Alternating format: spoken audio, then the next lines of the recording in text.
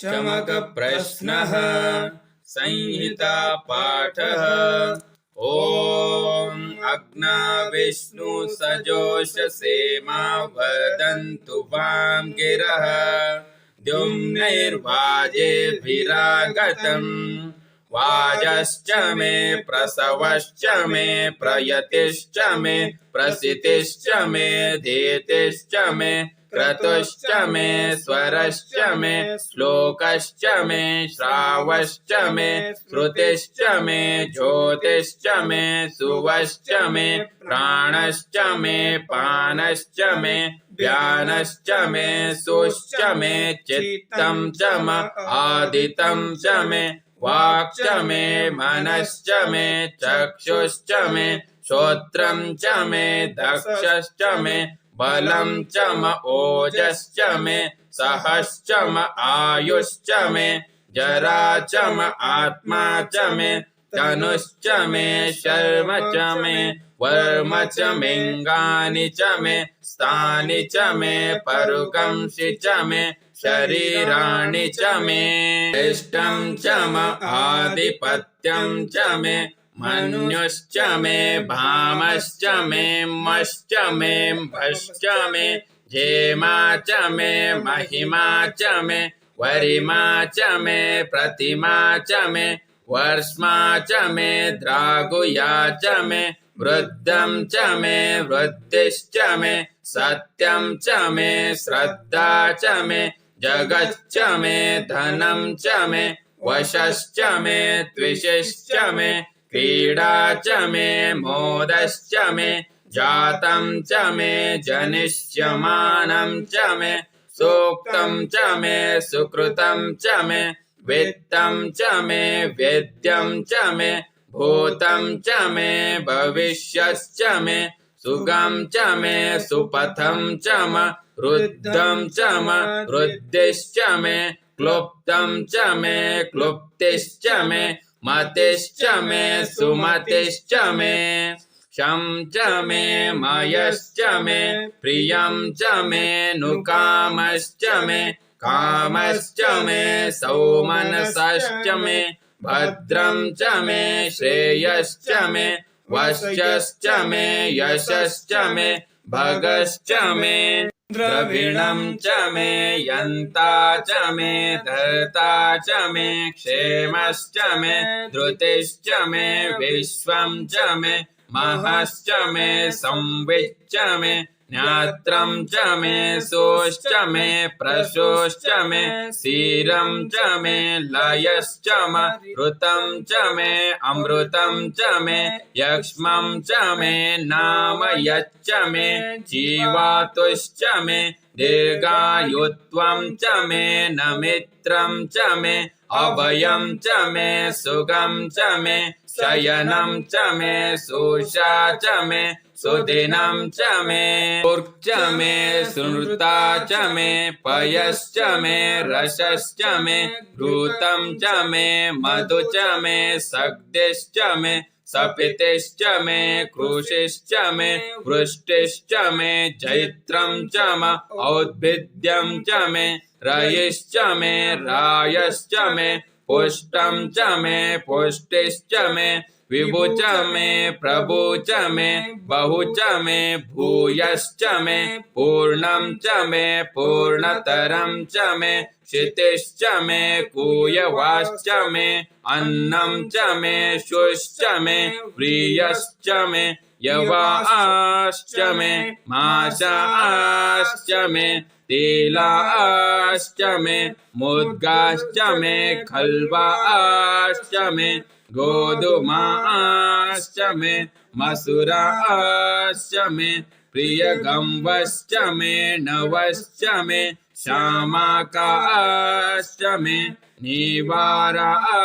च मे अस्मा च मे मृत्तिका च मे गिरयश्च मे पर्वताश्च मे सिकताश्च मे वनस्पतयश्च मे हिरण्यं च मे यश्च मे सीसं च मे तपुश्च मे श्यामं च मे लोहं च मे अग्निश्च म आपश्च मे विरुधश्च म ओषधयश्च मे कृष्टपच्यं च मे कृष्टपच्यं च मे ग्राम्याश्च मे पशव आरण्याश्च यज्ञेन कल्पताम् वित्तं च मे वित्तिश्च मे भूतं च मे भूतिश्च मे वसु च मे वसतिश्च मे कर्म च मे शक्तिश्च मे अर्थश्च मे एमश्च मे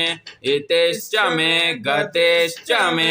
अग्निश्च म इन्द्रश्च मे सोमश्च म इन्द्रश्च मे सविता च म इन्द्रश्च मे सरस्वती च म इन्द्रश्च मे पूषा च म इन्द्रश्च मे बृहस्पतिश्च म इन्द्रश्च मे मित्रश्च म इन्द्रश्च मे वरुणश्च म इन्द्रश्च मे त्वष्टा च म इन्द्रश्च मे धाता च म इन्द्रश्च मे विष्णुश्च म इन्द्रश्च मे अश्विनौ च म इन्द्रश्च मे मरुतश्च म इन्द्रश्च मे विश्वे च मे देवा इन्द्रश्च मे पृथिवी च म इन्द्रश्च मे अन्तरिक्षं च म इन्द्रश्च मे द्यौश्च म इन्द्रश्च मे दिशश्च म इन्द्रश्च मे मूर्धा च म इन्द्रश्च मे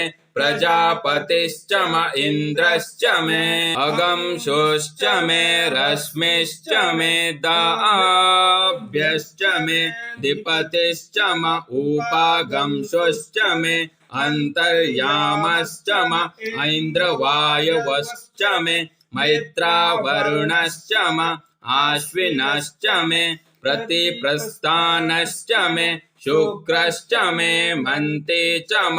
आग्रयणश्च मे वैश्वदेवश्च मे ध्रुवश्च मे वैश्वानरश्च म ऋतुग्रहाश्च मे तिग्रायाश्च म ऐन्द्राग्नश्च मे वैश्वदेवश्च मे मरुत्वतीयाश्च मे माहेन्द्रश्च म आदित्यश्च मे सावित्रश्च मे सारस्वतश्च मे पौष्णश्च मे पात्नीवतश्च मे हारियोजनश्च मे इद्मश्च मे बर्हिश्च मे भेदिश्च मे धिष्णियाश्च मे श्रोचश्च मे चमसाश्च मे ग्रावाणश्च मे स्वर्वश्च म ऊपरवाश्च मे दिशवने च मे द्रोणकलशश्च मे वायव्यानि च मे पूतभृश्च म आदवनीयश्च म अग्निध्रं च मे हविर्धानं च मे गृहाश्च मे सदश्च मे पुरोडाशाश्च मे पचताश्च मे ववृथश्च मे स्वगाकारश्च मे अग्निश्च मे घर्मश्च मेऽर्कश्च मे सूर्यश्च मे प्राणश्च मे श्वमेधश्च मे पृथिवी च मे दितिश्च मे दीतिश्च मे द्यौश्च मे शक्वरीरङ्गुलयो दिशश्च मे यज्ञेन कल्पतां ऋक् मे साम च मे स्तोमश्च मे यजुश्च मे दीक्षा च मे तपश्च म ऋतुश्च मे व्रतं च मे होरात्रयोर्वृष्ट्य बृहद्रथन्तरे च मे यज्ञेन कल्पेतां गर्भाश्च मे वत्साश्च मे त्रविश्च मे त्रविच